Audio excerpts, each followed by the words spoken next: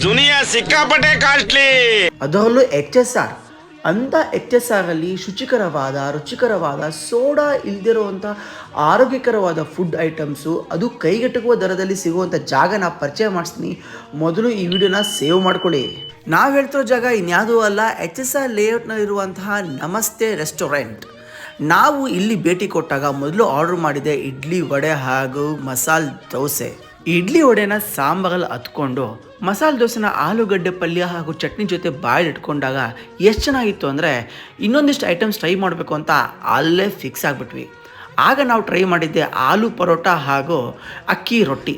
ಚೆನ್ನಾಗಿ ಈರುಳ್ಳಿ ಹಾಗೂ ಸಬ್ಬಸಿಗೆ ಸೊಪ್ಪು ಹಾಕಿ ಮಾಡಿರುವಂತಹ ಗರಿ ಅಕ್ಕಿ ರೊಟ್ಟಿ ಇಲ್ಲಿನ ಮಸ್ಟ್ ಟ್ರೈ. ಹಾಗೂ ಆಲೂ ಪರೋಟ ಕೂಡ ತುಂಬ ಚೆನ್ನಾಗಿತ್ತು. ನಾವು ತೊಗೊಂಡಿದ್ದಕ್ಕೂ ಸಾರ್ಥಕ ಆಯಿತು ಅನಿಸ್ತು.